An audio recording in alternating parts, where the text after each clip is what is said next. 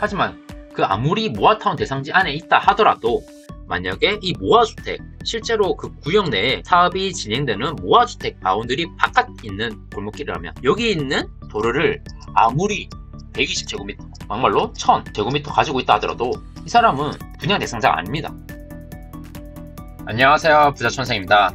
오늘은 부동산 투자하는 사람이라면 반드시 알아야 할 내용에 대해서 이야기를 나눠볼까 합니다. 이 영상을 보시는 분들은 제발 피해를 당하지 않길 바라며 이 영상을 찍겠습니다. 그리고 제가 부자촌생이라는 유튜브 채널을 운영하고 있는데요. 여기서 멤버십을 운영하고 있습니다.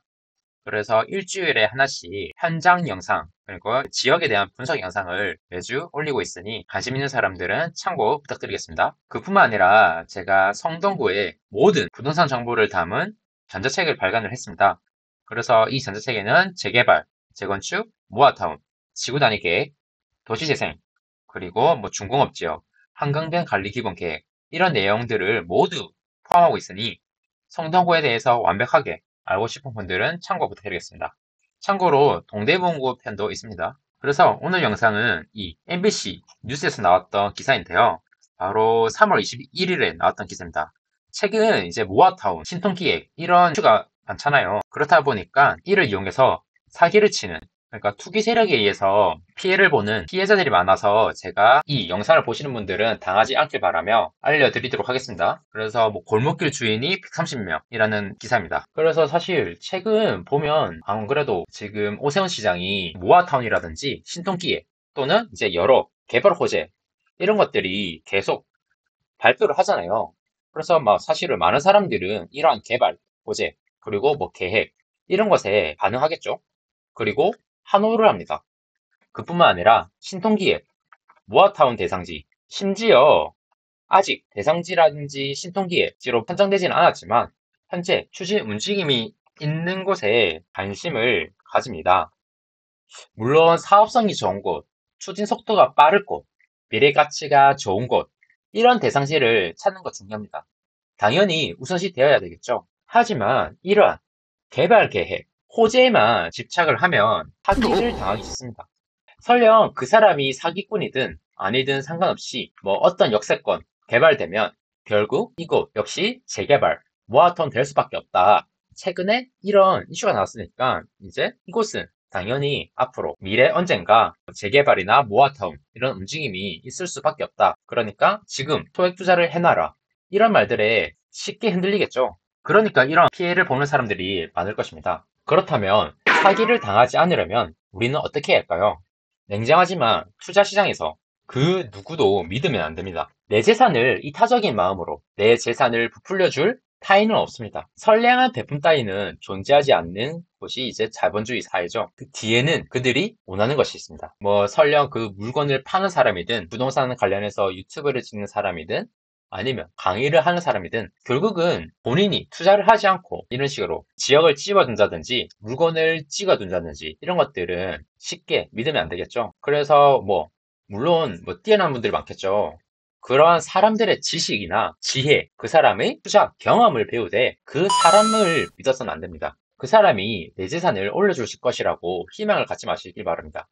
남의 말만 믿고 투자하다가는 한두 번 돈을 벌 수 있을지는 모르겠지만 결국은 이러한 피해를 보게 될 것입니다. 그럼 땡땡 부동산 전문가, 부동산의 말이 아닌 우리는 누구를 도대체 이 자본주의 시장에서 믿어야 할까요? 특히 재개발이나 모아타운 이런 투자에 관심 있는 사람들은 무엇을 믿어야 할까요? 당연히 나 자신이 공부를 해야 됩니다. 나 자신만이 진정으로 재산을 올리는 데 진심이겠죠. 공부에는 다양한 것이 있겠지만 저는 오늘 이 영상에서 법령의 중요성에 대해서 이야기를 나눠볼까 합니다. 앞서 언급한 개발 계획, 호재에 따른 대상지, 관심을 갖는 거 중요합니다.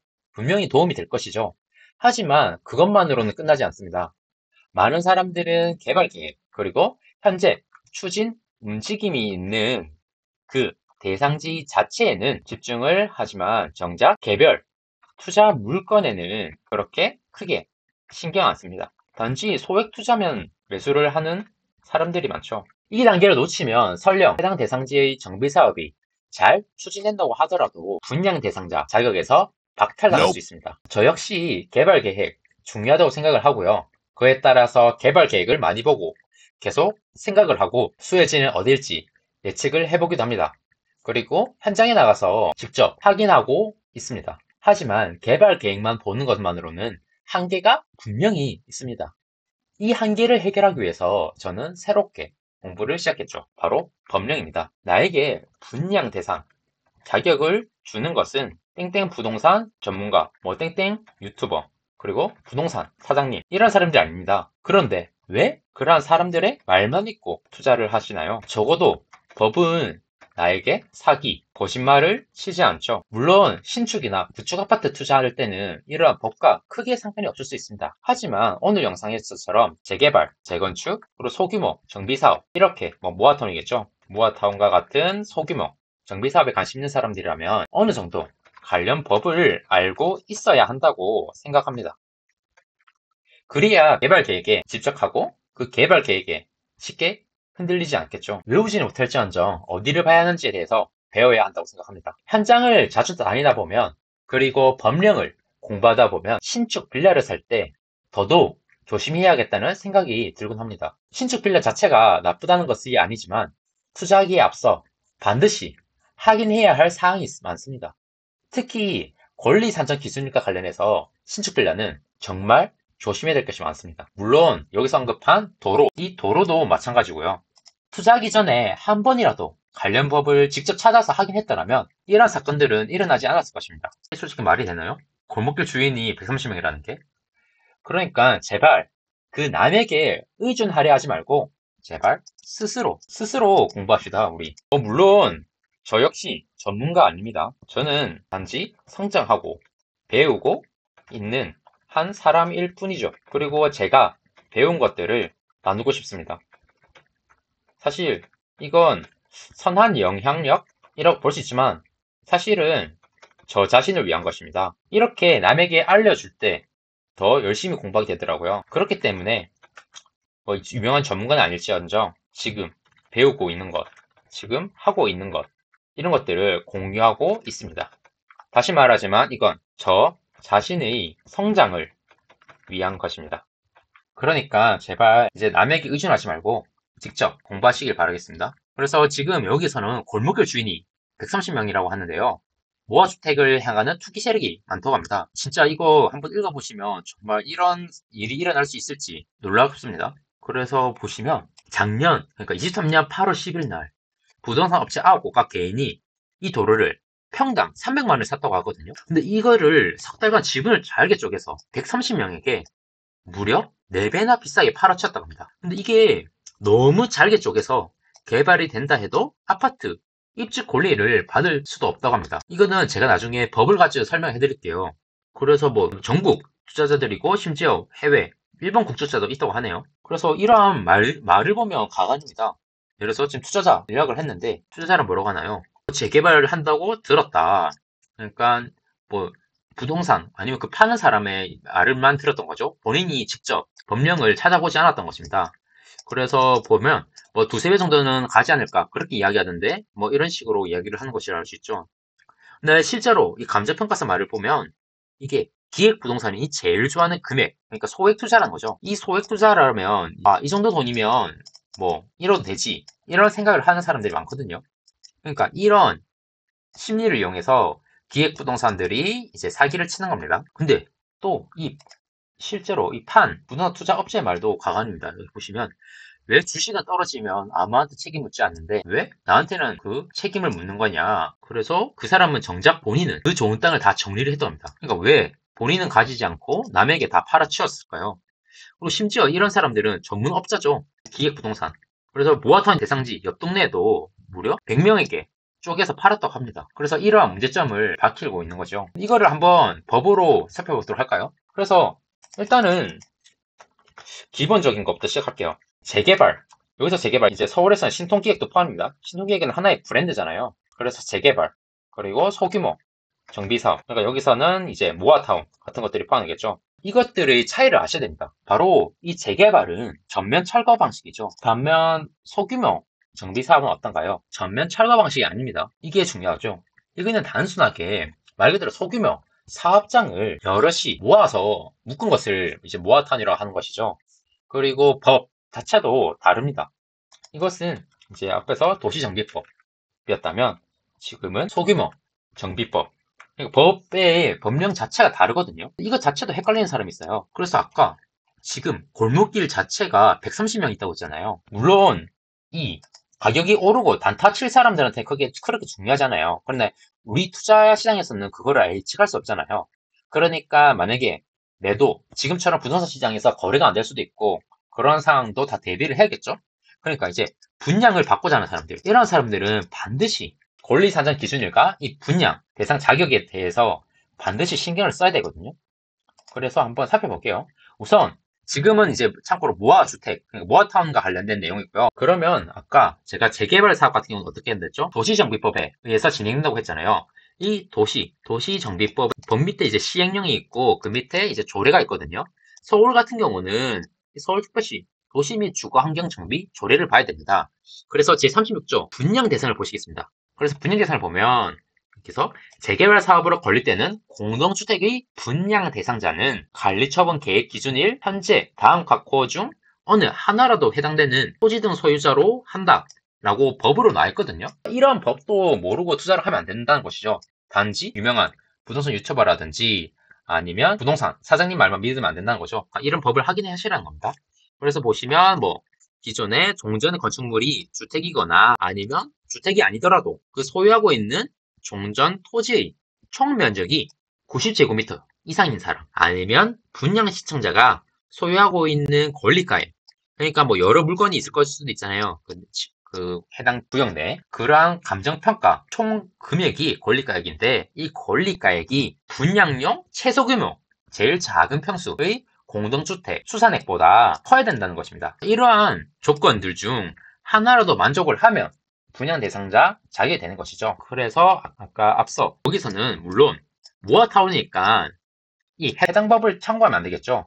근데 설령 만약에 이곳이 신통기획이라 하더라도 만약에 이 골목길 면적이 90제곱미터 초가 안 되면 이것은 분양 대상 자격이 안 되는 것입니다. 그러면 아까 말했듯 이제 모아타운을 살펴보도록 하죠. 모아타운은 아까 말씀드렸듯 소규모 정비법에 따른다 했잖아요. 여기도 이제 하위 법령을 따르면 이제 시행령이 있고 그리고 조례가 있습니다.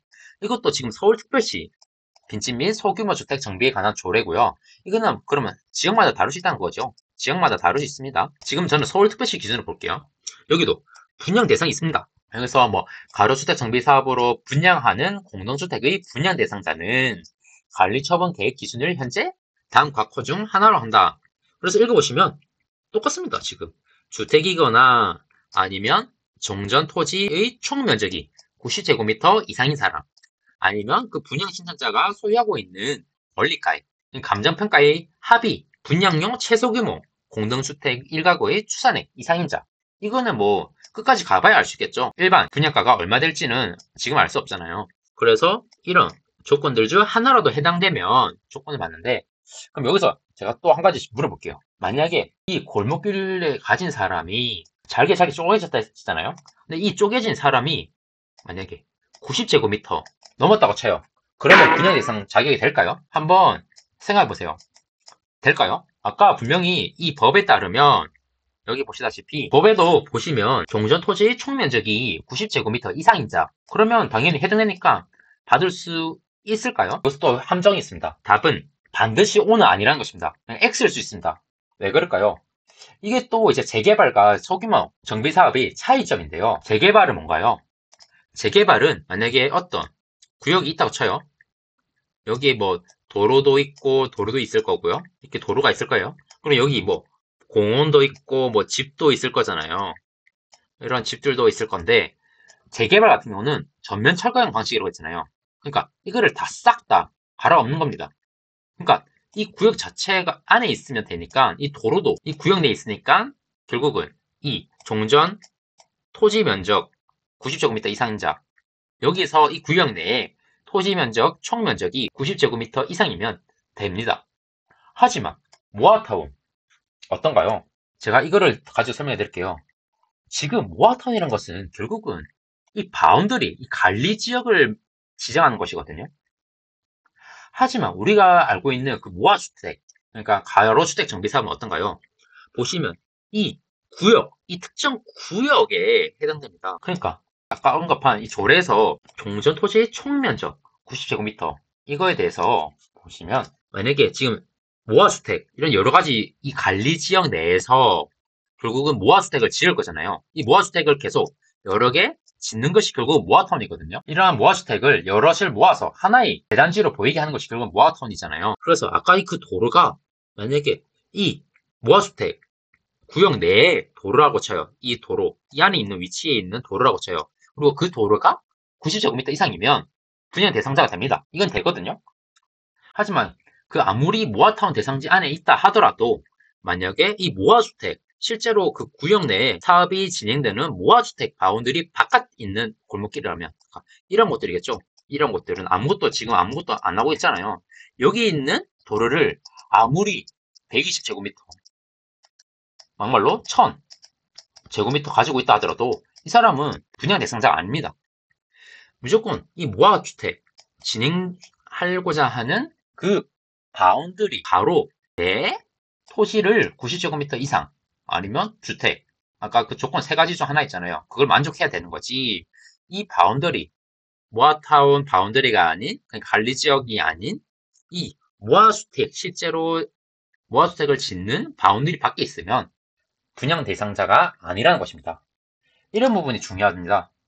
그래서 제발 이 영상을 보시는 분들은 이렇게 투기 세력, 모아타운 가지고 투기를 일으키는 분들에게 당하지 않길 바라겠습니다. 그리고 다시 말하지만 저도 아직 많이 부족하거든요. 법령 같은 거는 저도 이제 조금씩 재개발을 공부하면서 보고 있는데 반드시 이제 남의 말을 믿기보다는 직접 조금 어려울지라도 직접 공부해보는 것이 어떨까 합니다. 그래서 여기서 언급된 이제 피해자가 이 영상을 보시는 분들 중에서는 안 나왔으면 좋겠습니다. 그래서 오늘 영상은 여기까지고요.